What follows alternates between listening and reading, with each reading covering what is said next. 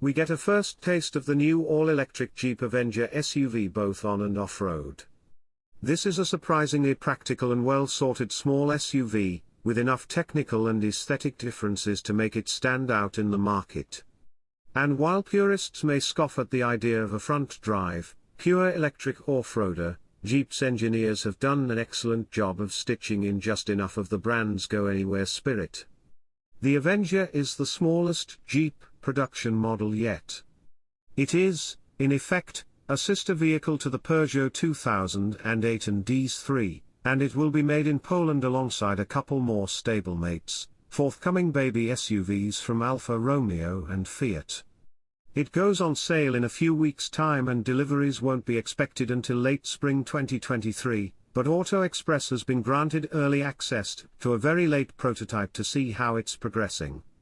There will be four-wheel drive versions, we're promised. There have to be, really, to truly deliver on Jeep's brand values. It features a single motor producing up to 154 bhp and 260 Nm of torque, depending on which of the car's modes you're using. There's a 54 kWh battery, 51 kWh usable, made up of 10 cell modules beneath the rear seats and 7 beneath the front. You'll get a heat pump, handy, and 3-phase AC charging as standard, and rapid charging will max out at 100 kilowatts, enough, Jeep claims, to take the battery from 20 to 80% of charge in 24 minutes. The car weighs just over 1.5 tons, and Jeep says it'll be capable of traveling around 249 miles between recharges, or 342 miles in stop-start urban traffic that allows more frequent brake energy recuperation. It certainly looks smart enough. The evolution of CMP has allowed shorter overhangs, improving the car's approach and departure angles to match those of the larger Jeep Renegade, and this and some neat design work around the wheel arches give the Avenger a more planted stance than other cars on the same architecture, despite it having a similar width.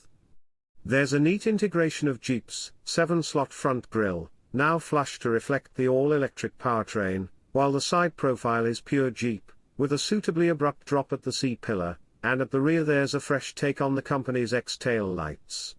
Clever placement of the body cladding means that car park scrapes are likely to hurt bare grey plastic more than the painted bumpers or headlight units. The overall effect is that of a proper chunky small off-roader, and one that stretches beyond the compact 4.08 meters length. As a comparison, Peugeot's 2008 is a full 22 centimeters longer. The facility is known for its smooth asphalt, and the Avenger feels most at home here. The steering is consistently weighted, with a pleasing amount of heft, and it's direct and fast enough for you to position the Jeep accurately. It does a good job of staying flat in corners, and there's adjustability in the chassis too. If you do find the nose washing out into understeer, it's natural, entirely predictable trait if you're misbehaving, then a mid-corner lift can bring it back in line. We'd want time on roads for a definitive judgment, but we already suspect this car strikes a better mix of composure, comfort, control and coherence than many of its competitors, including some from within Stellantis itself. This sophisticated experience is also down to the calibration of the throttle in the Avenger's 3 road-based driving modes. In normal you have 107 bhp and 220 Nm of torque, and if you flick the switch between the front seats to move into eco mode, those figures drop to 81 bhp and 180 Nm. In the default setting there's enough punch for B roads and motorways, and while the efficiency-focused mode does feel a little lethargic on Bolocco's expanses, that instant EV torque would probably still deliver enough pace in suburban traffic, should you want to eke out every mile of range possible. That ability to carry speed through corners means you could need the full 154 bhp, and 260 Nm of sport mode less than you might imagine. The best thing to report is that if you do demand maximum performance from the Avenger, key elements like the pedal modulation and steering don't lose their balance. The new electric motor, developed as a joint venture between Stellantis and Nidec, is impressively refined, with next to no whine, even under hard acceleration.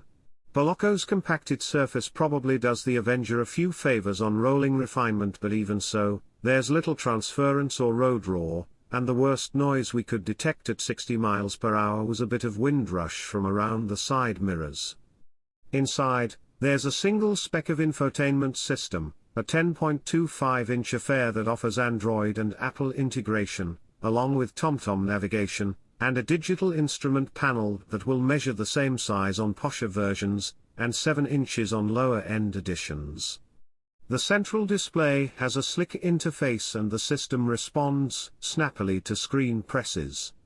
Extensions of the software's functionality will also be able to be accessed via smartphones, smartwatches and home assistants. The dashboard is clean and neatly designed, with drive selector switches replacing any sort of gear lever and, thankfully, conventional buttons for heating and ventilation, precisely what's required from a brand with functionality at its heart. The finish throughout is clever and tasteful more than it is than lavish, but there are enough body-colored inserts to brighten the mood, and patterned textures where there might otherwise be bare grey plastics. There's space on board for 4 adults, with noticeably more rear knee and legroom than you'd find in the DS3 or Mocha, although taller rear cabin occupants might grumble a little about headroom in the center seat. The boot is a decent size, meanwhile, at 355 liters, and the adjustable floor has a washable material on its reverse, in case you end up using your Avenger to take your 4-leg friend for walks. We've yet to see definitive UK specs and prices for the Avenger, but we already know that customers here will be offered Jeep's usual upper trim levels, Longitude and Limited. The more modest of the pair will come with full LED headlights, keyless go, the full gamut of terrain modes, the smaller of the digital instrument panels, electrically adjusted side mirrors, rear parking sensors and 16-inch alloy wheels. The range topper will step the wheel size up to 17 inches and feature the larger instrument panel, flashier front seats, adaptive cruise control and a powered tailgate with hands-free gesture control. European customers will be able to buy an entry-level edition with 16 inches steel rims, but at present there are no plans to bring it to the UK. British buyers will be able to stump up for the first edition, though, which gets 18-inch wheels, ambient lighting, a wireless smartphone charger, heated seats and windscreen, folding side mirrors and full LED tail lights. Beyond these trim levels, Jeep is planning a relatively simple offering based on options packs. Examples include tech, winter and seats, and a choice of 7 colors. But customers will then be able to customize their cars further at their dealership, by applying graphics to everything from the front grille to the roof. Dear friends, if you liked the video, please like and subscribe. Thank you all.